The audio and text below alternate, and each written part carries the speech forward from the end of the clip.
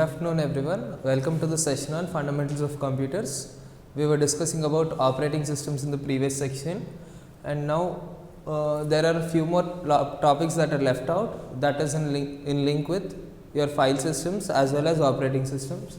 But before that, I would like to revise once again whatever we have discussed in multiprogramming. In multiprogramming, we have two memory management schemes used to facilitate, that are multiprogramming with fixed number of memory partitions and multiprogramming with variable number of memory partitions. We will see what it is with the help of a block diagram where the multiprogramming with fixed number of memory partitions. So, if you see this is your, you can consider this like your main memory or your RAM. In your RAM, a part of it is always given to the operating system. We all know, because if the operating system won't able to process the minimum task, then we won't be able to use the other tasks that are present in the operating system. Suppose if we are not able, if the operating system is not able to provide us the icons, desktop icons, or the required files it is not able to load, then we won't be able to use any other tasks in the system. So, that is the reason operating system always holds a minimum part in your RAM or volatile memory. So, the remaining part which is left over, that is taken by the different processes or tasks, and they are equally partitioned. So, in multiprogramming with fixed number of memory partitions, what happens is your RAM is equally divided among the different processes that are there, and each partition is assigned to one process. So, the user area divided into n equal size partitions, and these partitions are used for the processes to have their operations done. Multiprogramming with variable number of memory partitions. What happens over here is, there is no fixed size of partition for each process to take place, whereas initially the operating system is the only thing that is there in your RAM to make its processes, and the remaining part is there for the user area. So, whenever a user opens multiple tasks, or if he or she opens different applications, then based on the applications that they open, this remaining space in the RAM is allocated to those processes. Now, when P1 comes to the RAM to get its operation done, at that point P1 is assigned a small, whatever amount of space is required in the RAM, okay, or in the main memory you can call. Now, after that P2 comes into the main memory, and it takes its space whatever is required for making its operations. P1 might be a small task, so that's why it's occupying very little space in the main memory, whereas P2 is a very big task or large task you can call. So, when P2 comes in, it is occupying very large space or how much ever it is requiring.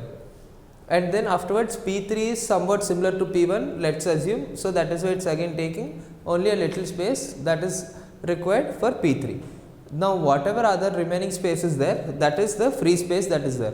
Now, if there is another process P4 coming into the RAM, then that small space or that remaining space is occupied by the other processes that are there.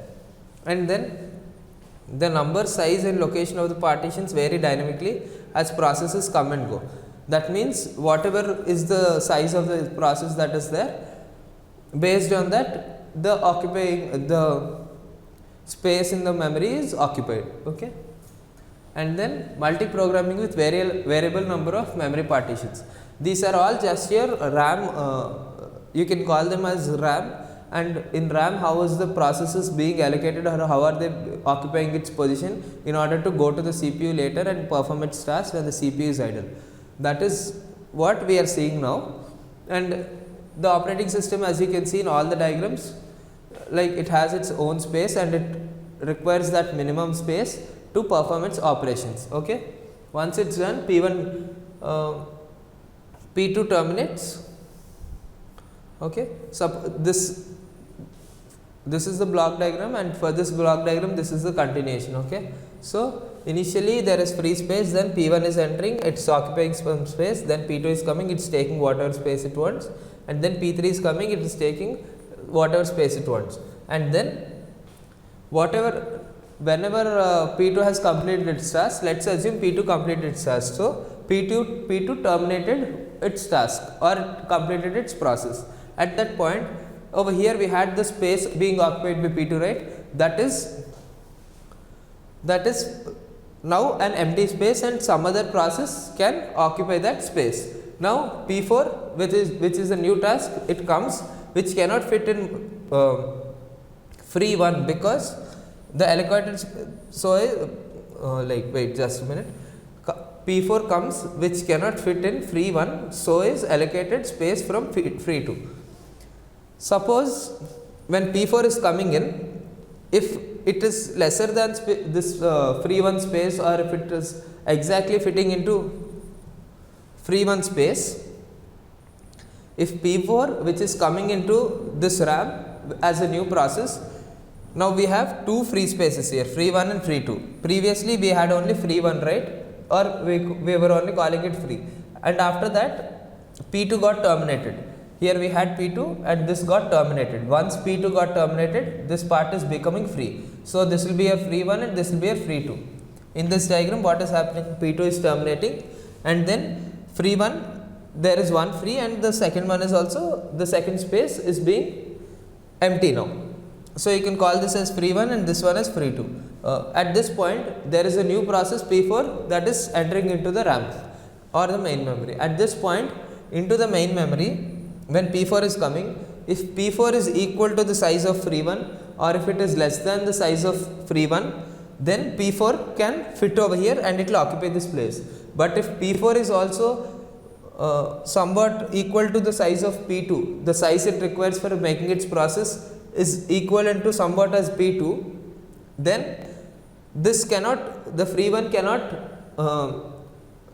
get P2, the free 1 cannot get P4 occupied in its place, because it requires even more size for its operations or processes. That is the reason it will be fitting into P4, okay, into free 2. At this point, again P1 is terminating. Previously P2 which was here, it got terminated and the free space got created, and then now P1 is also completed its task and it's getting its free space in the main memory. At this point, now we have free 1, free 2 previously, because P4 didn't occupy the whole space of free 2 which is here, only 3/4 or how much ever only 3/4 or how much ever space is required for that it is occupying, and the remaining that is leftover space, it is again denoted as free 2. So free 1 which nobody still used, and this free 2 which is used by P4 for a little space, and the remaining part is free 2 now. Now when P1 completed its process, there is one more free space created in the RAM, that is free 3. Now we have free 1, free 2, free 3, 3 free spaces available. At this point, P5 comes which can fit into free 3, okay. That is P5, it doesn't actually require much of its space, so whatever space is there over here, in that it's considering how much ever space it wants, and the remaining is left over as the free space, okay. So what do you understand by dynamically allocating memory over here? There is no fixed size, or there is no particular way in which this process should only fit here, or this much size can only be allocated to this process. The whole memory block or the space in the memory is let for the processor to decide how much space it requires for its operations. Based on that operation, whatever is the remaining part, that is allocated for the other processes that are available, okay. Next, we have another important concept that is known as virtual memory. Virtual memory is the memory management scheme that allows execution of processes that might not be completely loaded in the main memory. Now, what does it mean? It does not require the entire process to be in the memory before the process can execute. Virtual memories are those memories that are allocated in your hard disk sometimes. Just see this statement: virtual memory management scheme that allows execution of processes that might not be completely loaded in the main memory. That means, suppose in this diagram which we were talking about, where we have now free 1, free 2, free 3, 3 different free spaces. What if we have 5 or 6 more processes and still we only have 3 free spaces? Then at that point, when all the 3 free spaces are also occupied, then if there is some more processes coming in, we won't have space available in the RAM to perform the execution. But the RAM cannot just complain, or just cannot say that there is no space available here, so that the process cannot be done. In such situations, as an emergency, or you can call it as a backup, where there is a virtual memory that is created in your computer, which is a part of your hard disk space that is used to create that virtual memory. Because this RAM or main memory, this volatile memory, it is only 4 GB or 8 GB, whatever is the configuration of your computer. Once that 4 GB or 8 GB is exhausted by these processes and they are totally occupied, at that point it doesn't have any other space to fit in the other process. So it creates a virtual memory just like the volatile memory in the hard disk, such that in the hard disk a small amount of space is taken by the RAM, and it adjusts whatever process need to be done at that place. So this virtual memory concept helps us to manage memory when we are out of memory in the main memory, okay, or the primary memory. The primary memory, main memory, volatile memory, RAM, all these mean the same, whereas the secondary memory or your hard disk or your storage disk, whatever drives you have where you store your data, all these are relate to your secondary memory, or your, you can call them as your hard disk storage space, okay. So and they are non-volatile, whatever is whenever power goes off, even then the data that is there in the hard disk, that won't get destroyed, okay. So this main memory helps us to create some space for the RAM in the hard disk, so that the other processes that are waiting for this processing may get some space to perform its task, okay. I hope you understood the concept of virtual memory. Now we will see 3 basic concepts that are used in the realization of virtual memory. Online secondary storage, used to keep a process address space ready to be loaded into the memory. Swapping is process of transferring a block of data from the online secondary storage to main memory, swapping in or vice versa, that is swapping out. And then demand paging, schedule of swapping in of pages of a process as and when needed during execution of process, rather than loading all the pages before starting the process execution. So the virtual memory has its own concepts by which it will act accordingly whenever that virtual memory space need to be utilized. What are those concepts? There are 3 ways actually. One is online secondary storage. In the online secondary storage, what are we doing? We are using the processor's address space ready to be loaded into the memory. Like, we are considering the processor's address space wherever it needs to be, wherever we need to allocate the process that is available, and we are loading that process wherever we have that space in that, okay. Then we have swapping. What do you mean by swapping? Process of transferring a block of data from the online secondary storage to main memory. This is what we were discussing, and this is the example I gave you before previously, where we are creating a virtual memory in your hard disk, and whenever the hard disk, just a minute, okay, whenever there is some requirement for the RAM or the main memory from your secondary storage, at that point we are transferring that block of data from the online secondary storage to the main memory. Wherever you have your secondary storage connected, from there we are transferring that block of data to the main memory. That is called swapping in. And whenever you are sending in data, sending out data from the main memory to that hard disk, that will be a swapping out, okay. Next we have demand paging. What do you mean by demand paging? Scheme of swapping in of pages of a process as and when needed during execution of the process, rather than loading all the pages before starting the process execution. Generally, paging is a concept where you store your data in the form of pages, and that will be a little more complex topic for you as of now, but just understand that we will be storing data or whatever files there in the form of pages.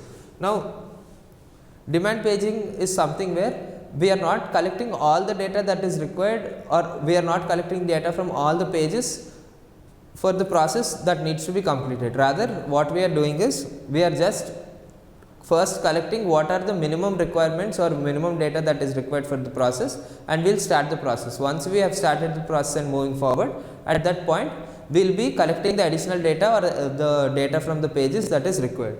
So, demand paging means whenever you have a demand for the data that is required for the process, at that point we have a scheme of swapping in of pages of a process as and when needed and during the execution of the process. But we are not just directly loading all the data from all the pages and then doing this. The reason is, if you do the second way in which you load all the pages data at once before the process starts, it takes a lot of time for the process to initiate itself.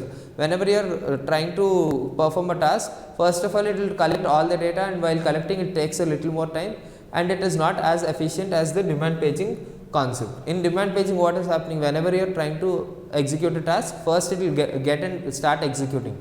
Once it starts executing, in that process it starts collecting whatever data is required whenever required. At that point it will collect that data, it will use the data and make its process done. So, that is demand paging. Okay.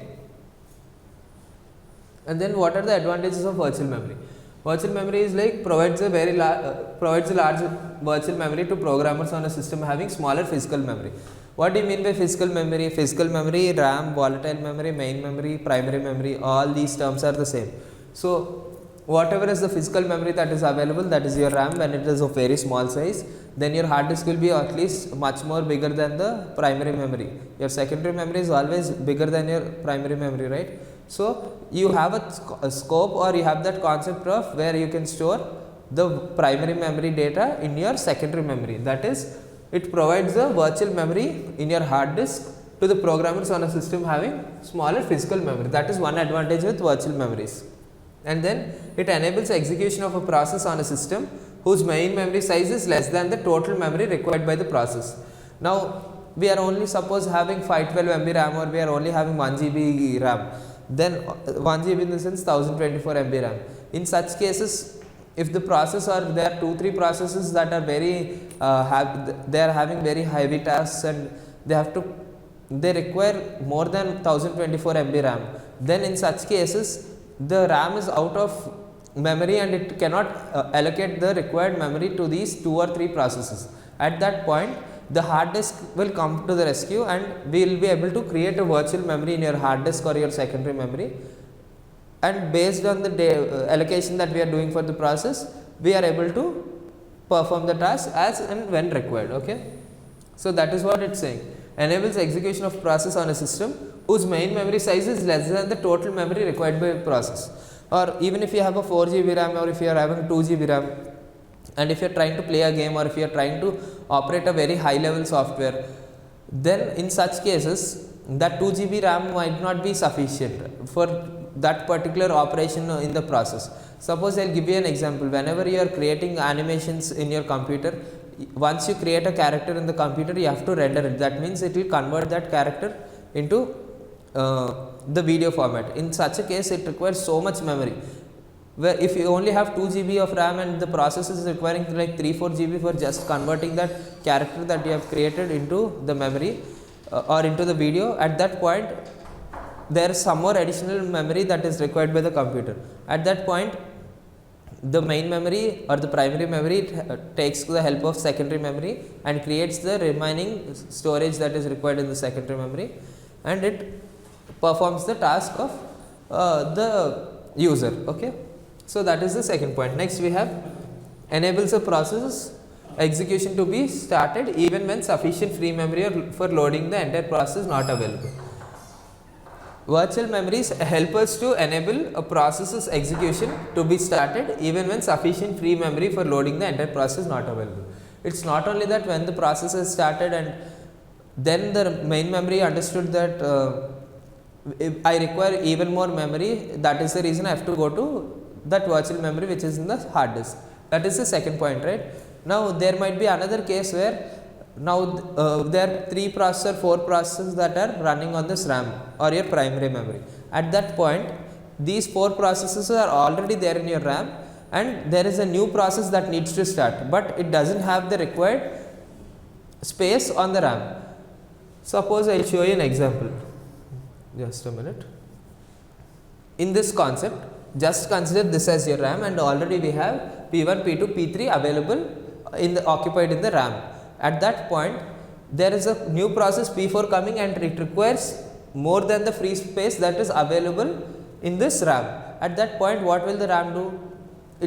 It cannot stop allocating the process to it, right? At that point, it will create a virtual memory, or it will access the virtual memory that is there in the hard disk, and it will allocate the P4 task accordingly with whatever space is like whatever space it has here. Accordingly, it will create the required space for the process P4. That way, we are not even abstracting any process, and this virtual memory is helping us to perform the operations of your CPU. And then, so that is about the third point. Then makes programming easier. They are no longer needed to worry about the memory size limitations. So when you understood the first 2 points or first 3 points, the fourth point is very simple, because whenever your virtual memory is helping you to perform tasks, even when there is even when the RAM is out of space or out of memory, even at that point the virtual memory is helping you to perform its additional tasks. So it makes programming easier, right, when there is no longer need to worry about the memory size limitations. If it is only 4 GB RAM or 2 GB RAM that you are using, and you have so many other tasks to do, like 6 GB space, 6 GB memory tasks that need to be done, in such cases you need not worry, because we already have something called virtual memory, and it can allocate whatever space it requires for the processes to be done. So that is this point. And then it often leads to less input output activity, resulting in better throughput, turnaround time, and response time. These virtual memory operations, they often lead to less input output activity, which is resulting in better throughput, that is the response time that we get, and the turnaround time that is available due to this virtual memory. Okay. And then we have some disadvantages that are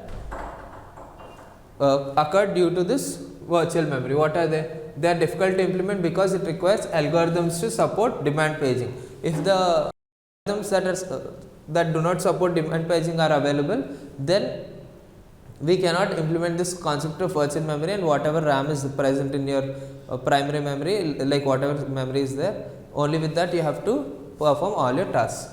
So that is one disadvantage we have, and the other one is, if used carelessly, it may substantially decrease performance due to high page fault rate. I told you, right, data is always stored, or the files are stored in the pages concept.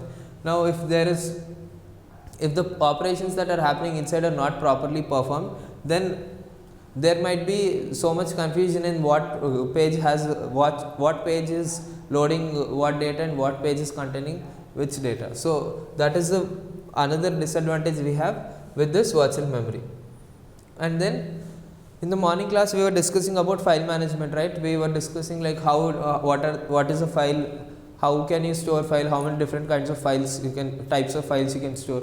So we'll just have a brief overview of the files. So file is a collection of related information that we all know. Now, every file has a name, its data, and its attributes. Whenever we are creating a file, we have to give it a name, and it also has some data that is contained in it, and it has its own properties or attributes that you can call.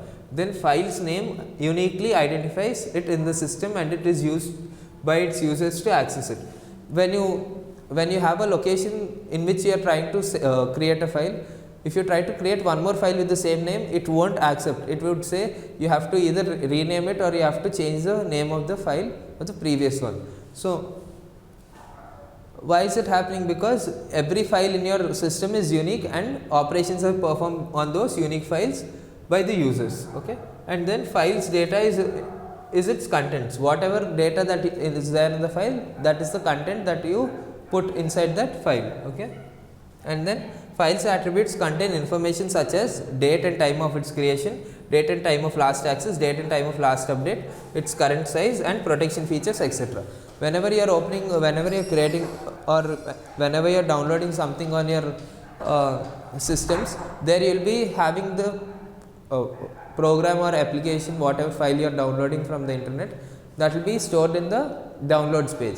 If you go and just check the properties, or if you just see the properties that are there beside the file name, you will find the date and time at which it was created and the date and time of last access. If you opened it and if you closed it again, then you will be able to see what is the last access that has happened to that, and the date and time of the last update, at what time it was downloaded, and what is the size or the of the downloaded file, and its protection features. If you go into the properties of the file, you will be able to see what are the protection features it has, and also the other properties that will be there for a file. Then file management module of an operating system takes care of file related activities such as structuring, accessing, naming, sharing and protection of files. In the operating systems concept, we are talking about process management, memory management, and then we had file management. This file management concept is related to your operating systems. That is why we are discussing it over here, where this file management concept in the operating system takes care of file related activities, such as it will structure the files, in the sense, if you have a folder, in that folder you are having different files again. So it is structuring your folders and it is aligning them in such a way that if you click on that folder, it has to display all the contents in that file, in that folder. Okay.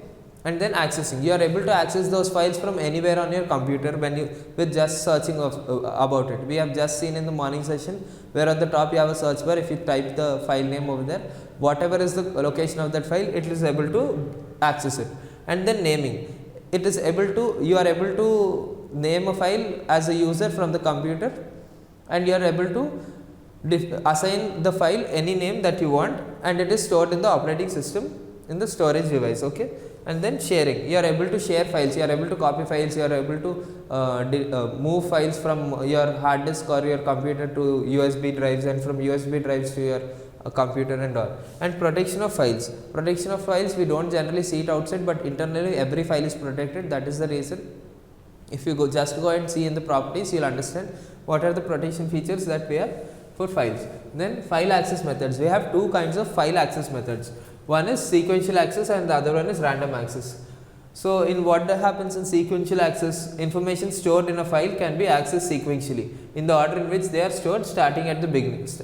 And then random access, information stored in a file can be accessed randomly irrespective of the order in which the bytes or records are stored. So sequential access is something where if you are creating a file first and then you are creating one more file, the order of the files goes in the same way. As it's starting from the beginning, they are stored in such a way that whatever information is stored in a file, that can be accessed sequentially, one after the other. Whereas in random access, it is not like that. Information stored in a file can be accessed randomly, and it doesn't depend upon the bytes or records that are stored. Like whenever it is created or whatever is the size of the file, it doesn't depend upon anything. It is just randomly accessing the information that is stored in a file. Okay. And then file operations, we have different file operations. There previously in the commands terminal which I showed you, that black screen, that is where we generally perform operations. And also in the graphical user interface, if you right click on the file and you are able to delete it, rename it, cut it, or you are able to copy it to another locations. These are all the operations that are being performed on a file. Set of commands provided by the operating system to deal with files and their contents. Okay. You are able to open a file, you are able to cut some data, or you are able to add some data to the existing file. All this you are able to do. This is all because of the file operations that you have. Okay. And then typical file operations include create, delete, open, close, read, write, seek, get attribute, set attribute, rename and copy. These are different file operations and commands that we have in the operating system. The operating system is providing you some file operations such as create, delete, open, close. We all know this, right? You can create a file, you can delete a file, you can open a file, you can close a file, you can read a file, you can write, that is putting some data into the file, you can seek about the file, you can get the attributes related to the file, you can set the attributes for that file, you can rename it, and you can copy it. These are the major operations that you perform on files. Okay, and then file naming. So what do you mean by file naming? File naming deals with the rules of for naming files in an operating system. This may include rules such as maximum number of characters that a file name may have, special characters allowed in a file name. Okay, and then distinction between uppercase and lowercase letters. Multi-part file names allow file extensions to be a part of a file name. File extensions indicate something about the file and its contents, used by applications to check for the intended type of file before operating on it. Now, these are all the rules that are required for naming a file. Generally, when you create a file or when you download a file, it asks you for what is the name that you want that needs to be stored on the system or the operating or the storage device that you are saving. Now, generally we give whatever name we like, but there are certain naming conventions that need to be used and that should be made as a standard practice for anyone. They are, the first thing is maximum number of characters that a file name may have, special characters allowed in a file. Special characters in the sense your @ your hash or your different symbols that are available on the keyboard, all those symbols or those characters, they come under the special characters. Special characters are nothing but whenever you are creating a password for your accounts, you add these special characters, right. So, maximum number of special characters that a file may have, special characters allowed in a file, that is the thing. Okay. And then I guess this is like these are two things: maximum number of characters that a file may have, file name may have, special characters allowed in a file name. Okay. And then distinction between uppercase and lowercase letters. This is very important because whenever you are trying to save something in the downloads or in on your desktop, try creating a file, try saving a file name to the desktop with, suppose we are saying winter. Okay, winter is the file name that we are trying to save, winter.txt. Now, whenever you are saving that winter.txt onto the desktop, just type all the letters small, like WINTER, all of them small, .txt, and save the file. Now, again save the same file onto the desktop with capital W, just one letter that is in capital, the first letter, just type capital W, INTER as small. INTER will be small and capital W dot txt. At this point, both the files are same spelling, like winter, small w in winter and capital W in winter. Other than that, both the files are having the same name, but still the computer is able to save them. Whereas if you just try to save winter with only small w in both the file names, then it will give you an error or it will ask you to rename the file that you are trying to save. The reason is the computer or the operating system, it is able to understand the difference between capital and small, that is uppercase means capital letters and lowercase means small letters. So, there is a distinction between upper and lowercase letters, that is the reason the operating system is able to understand the difference between capital and small letters. And then multi-part file names allow file extensions to be a part of a file name. File extensions indicate something about the file and its content.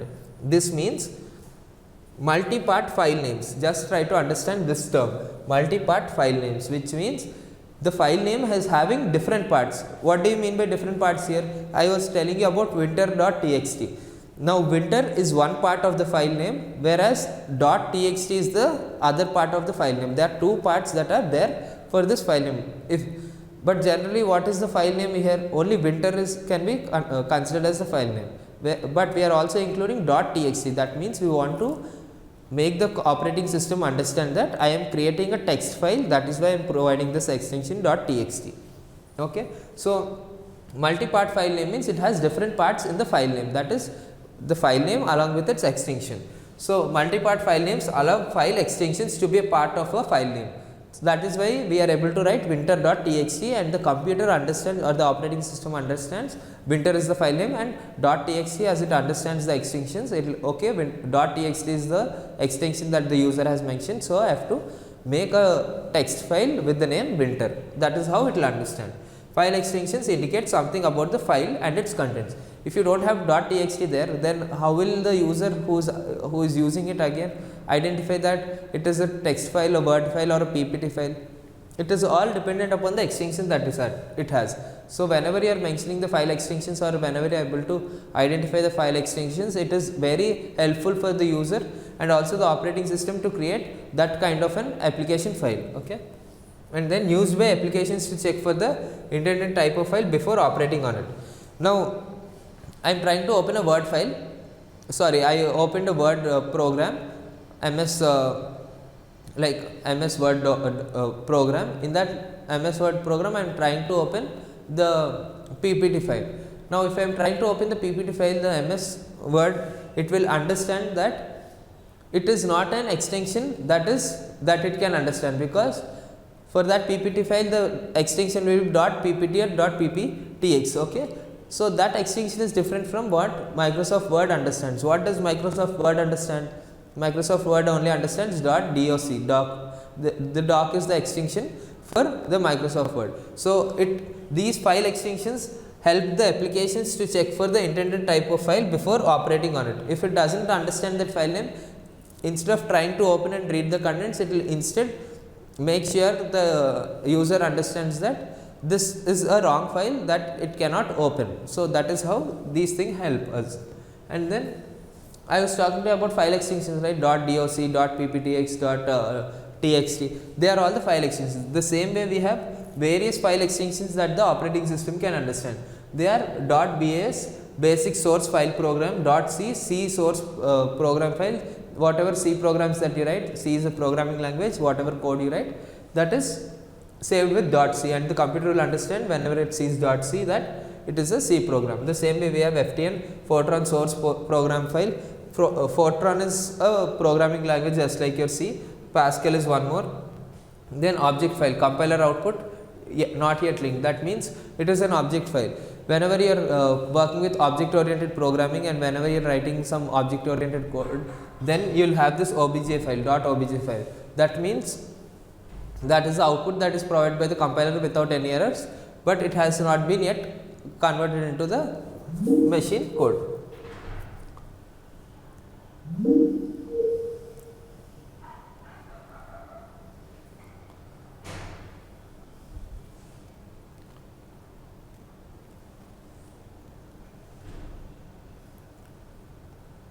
Okay. And then we have .bin file, .library files, .data file, .help file, .man file. So there are various types of file extensions that we have. Also we have .txt, which we saw, .backup file, .document, .doc, .wave, like Windows sound files. These are audio files. And then we have WKB, WK4, XLS. XLS is your Microsoft spreadsheet or Excel file. .jpj, .gif. We all know these kind of extensions. Okay. And then fine. And then we have security. What do you mean by security? Security, we have five types of concepts in operating system, right? One is process management, memory management, file management, and then security. Security and command line interpretation. So we will see what security means. Security deals with protecting the various resources and information of a computer system against destruction and unauthorized access.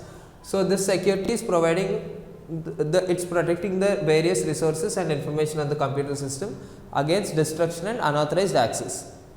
There are two types of security that are available: external and internal security. External security deals with securing computer against external factors such as fires, floods, earthquakes, stolen disks, tapes, etc. by maintaining adequate backup, using security guards, allowing access to sensitive information to only trusted employees, etc. This all comes under external security, whereas the internal security deals with user authentication, access control, and cryptography mechanisms. This is all actually you can consider internal security as the software security that we are providing, whereas the external security is the security that is provided by backups or by the physical way of security that we are providing, that is external security. Okay. And then user authentication, access control, and cryptography. These three are the internal security mechanisms that we follow mostly. So what is user authentication? User authentication deals with the problem of verifying the identity of a user, person, or a program before permitting access to the requested resource. So user authentication in the sense, whenever you are trying to install a program on your system, you get a pop-up where it is asking the admin's permission in order to install that file. So, and also user authentication you can consider as okay, that is user authentication, where you are getting an administrative like you are getting a dialog box or a pop-up which asks for your administrative access in order to install or run a program. And then we have access control. Once authenticated, access control mechanisms prohibit a user process from accessing those resources information that he or she it is not authorized to access. Now you have your laptops and your mobile phones. On that, when you set a password, that comes under user access control, because you are controlling the access to your devices. If it is your mobile phone, you are putting a fingerprint or a password which is obstructing the user from and the other users who are not authorized to access that device, and it's restricting the access to others. You only those who know the password or who can have the fingerprint that is scanned by this device can enter and have the data available to them. Then cryptography. Cryptography means encrypting private information so that unauthorized access cannot use information. In cryptography, what happens is we don't have these passwords or anything. We are just trying to change the text that is or the data that is available in your phone or system into a unreadable form. When we apply an algorithm or when we apply this cryptographic code to your data, then what happens? Whatever data is there, it's all converted into unreadable form. So even if you give that system to anyone who is not even authorized to access, still they won't be able to understand anything because it is all in unreadable form. If the user who is authorized to access wants to read, they will decrypt the data. So we are encrypting the data so that it becomes into unreadable form and others who don't have access cannot read it. So whenever the user wants it, they'll have to decrypt it. That means they'll again get it from that unreadable form to the readable form. That is cryptography. Okay. So these are the different ways in which we can perform. And then we have command interpretation. This is the last part of your operating system, where the first one is process management, then memory management, then file management, security, and last one is command interpretation. What do you mean by command interpretation? Provides a set of commands using which the user can give instructions to the computer for getting some job done by it. Commands supported by the command interpretation module are known as system calls. Now, we have already discussed this long back, because whatever you are trying to tell the computer to perform, like suppose whenever you are trying to create a folder or whenever you are trying to copy a file from one place to another, all of them are the commands that we are giving through the UI, that is graphical user interface. Whereas through the terminal window also you can give different commands that we have already seen. Now commands supported by the command interpretation module are known as system calls. Now the command interpretation is nothing but the terminal window that we saw in the morning class, where that black screen was there, that is your terminal window. Over there, whatever commands are supported by that operating system, they are all the system calls, because whenever you are typing that a command and whenever you are sending some task to the system is getting a call from this command and it has to operate on it accordingly. Okay. And then there are two types of user interfaces supported by various operating systems. They are command line interface and graphical user interface. We all know this. What is command line interface? User gives instructions to the computer by typing the commands. That is the black terminal window that we saw in the morning class. And graphical user interface, GUI, user gives commands to the system by selecting icon or menu item displayed on the screen with the use of a point and draw device. The graphical user interface is what we always use, and we have already seen that. Okay. And then fine, we will stop at this point, so that in the next class I will just tell you in 5 minutes what are the different operating systems, and then we will move on to the concept of internet. Okay, we will see what internet is, how is it connected, and what are the different types of networks we have, how are all they connected and all. We will start with the second unit. At this point we are only left with the different types of operating systems: Unix, Microsoft Windows, then your Linux, Mac, whatever operating systems we have. These operating systems we will just see them in 5 minutes, and then we will move on to the internet concept. Okay. So that is all for today. Thank you.